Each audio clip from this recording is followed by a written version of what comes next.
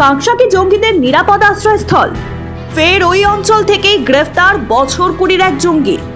ধৃতের নাম হাবিবুল্লাহ। বাংলাদেশের জঙ্গি সংগঠন শাহাদাতের হয়ে কাজ করত সে। এই নতুন তৈরি হওয়া জঙ্গি সংগঠনটি আল কায়দার সঙ্গে যুক্ত বলে গোয়েন্দা সূত্রে খবর। কাঁকসার মিরপাড়ার বাড়ি থেকে হাবিবুল্লাহকে গ্রেফতার করে এসটিএফের একটি দল। এসটিএফ সূত্রে খবর, বেশ কয়েক মাস ধরে বাংলাদেশের জঙ্গি সংগঠনটির সঙ্গে যোগাযোগ রাখত হাবিবুল্লাহ। খবর মিলতেই গোপনে নজর রেখে চলেছিল গোয়েন্দারা। তথ্য প্রমাণ হাতে আসার পরই বাড়ি থেকে তাকে গ্রেফতার করা হয়। আটক করা হয় বাবাকেও। হাবিবুল্লাহ ল্যাপটপ এবং মোবাইল ফোন বাজেয়াপ্ত করেছে পুলিশ।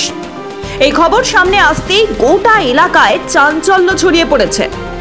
বারবার কেন কাঁকসায় এমন ঘটনা ঘটছে তা নিয়ে উদ্বেগ ছড়িয়েছে এলাকাবাসীর মনে।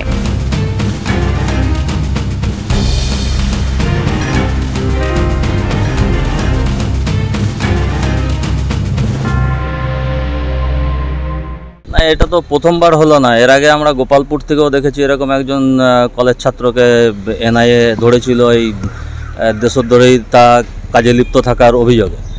তো এটা কাকসার বুকে এর আগেও দেখেছি আমরা, আর আমরা সত্যিই চিন্তিত। কাকসার বুকে এরকম বারেবার যে জঙ্গি সংগঠনে তাদের স্লিপার সেলরা ধরা পড়ছে, তা কাকসা বাসিন্দা হিসাবে এবং একজন রাজনৈতিক কর্মী হিসাবে আমরা সত্যিই চিন্তিত যে কাকসাটা কি শেষ পর্যন্ত এই উগ্রবাদীদের সেফ জোন হয়ে গেল নাকি, এটা মানুষের মধ্যে আজকে প্রশ্ন জাগছে।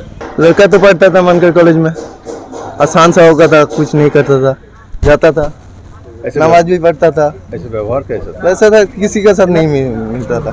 দেখা বলতে আমি তো দেখছি এখান থেকে, বহুত দিন থেকে এসে দেখছি, আমরা আসার পর থেকেই দেখছি। আমি তো প্রথম এখানে, তারপরে তো সব এসছে দেখছি। এই ব্যাপারে আমি ঠিক জানি না। ছেলেটাকে ভিতরেই পড়াশোনা করতো, এখন স্কুল কলেজে যখন যেত জানি না ওই ব্যাপারে। না না না, বেশি বেরোতো না। না, ওই শুক্রবারে মনে হয় নামাজ টামাজ পড়ার টাইমে দেখা যেত দু একদিন, তাছাড়া খুব একটা দেখতে পাই। কালকে আমি দেখি নাই, আমি ঘরের ভিতরে ছিলাম। ছেলেরা ওই যে 3টে গাড়ি এসে দাঁড়িয়েছে, সব বলছে ওটাই। না, আমার এমনি তো আগের কোনো ইয়ে ছিল না, এখন এইসব শুনে একটু ইয়ে লাগছে যে ওই বলছে জঙ্গি না কি পাওয়া গেছে, এইসব বলছে এইগুলো, তাছাড়া তো অন্য কিছুই না। হ্যাঁ, সে তো 100 বার এর দুর্ঘটনা যদি কোনো ঘটে তাহলে ভয় লাগবে না। হাবিবুল্লাহর গোটা পরিবারই তৃণমূলের সঙ্গে যুক্ত, তাই গ্রেফতারির পরেই কাঁকসা থানায় ভিড় জমায় তৃণমূলের কর্মী সমর্থকেরা। এলাকাবাসীর মতে এমনিতেই ঘরেই থাকতো হাবিবুল্লাহ, কারোর সঙ্গে তেমন মেলামেশা করতো না, শুধু নামাজ পড়ার সময় তাকে দেখা যেত।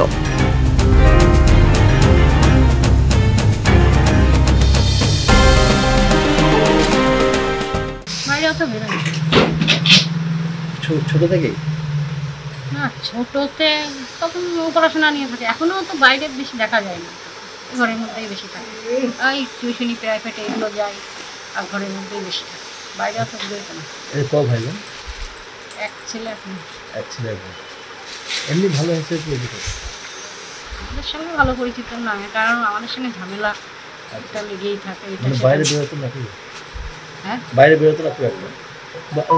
ছেলেটা কারোর সঙ্গে তো মিশতো না, বাড়িতেই থাকতো।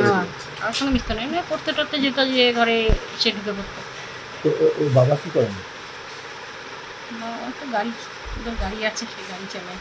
আমি আগেই বলেছি, পিএফআই, সিমি, জামাত, হেফাজত, আপনার বর্ধমান থেকেই সিএ কে এনআরসির নাম করে দাঙ্গা তো এখান থেকে সিদ্ধুগুলা শুরু করেছিল। মনে নেই আপনার 2019 সালে কি হয়েছিল? আজকে সিএ ইমপ্লিমেন্ট হয়েছে, কোন লোকের নাগরিকত্ব গেছেনি। সিএ হচ্ছে নাগরিকত্ব দেওয়ার আইন। সেদিনকে কি বলেছিল এই বর্ধমানে, এই যে জাতীয় সড়ক অবরোধ করেছিল মাদ্রাসার ছাত্রদের নিয়ে, যারা 18 বছর পেরোয়নি, নাবালক, সিদ্দিকুল্লাহ চৌধুরী দাঁড়িয়ে থেকে এখানে অবরোধ করে প্রথম আগুনটা জ্বালিয়েছিলেন তো এই বর্ধমান থেকে। তো বর্ধমানেই তো খাগড়াগড় কাণ্ড, কারা যুক্ত জানেন না? গুজরাটের স্বরাষ্ট্রমন্ত্রীর প্রেস স্টেটমেন্ট দেখুন, একটা মুসলিম লোক তাকে হিন্দু নাম দিয়ে এই বর্ধমান থেকে মাদ্রাসা থেকে সার্টিফিকেট দেওয়া হয়েছে, তার নাম পরিবর্তন করে দিয়েছে মাদ্রাসা থেকে। দেশ বিরোধী কাজের আগড়া হয়েছে, এটা হিন্দু মুসলমানের বিষয় নয়। এটা ভারতীয়দের সঙ্গে অভারতীয়দের লড়াই।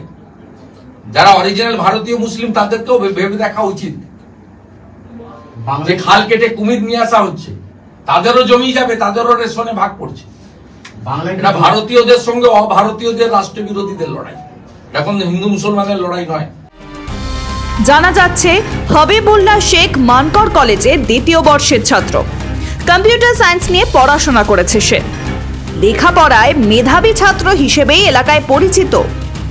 কিন্তু এহেন যুবক কেন জঙ্গিদের সঙ্গে যোগাযোগ রাখত তা নিয়ে এলাকাবাসীর মনেই কৌতূহল দানা বাঁধছে।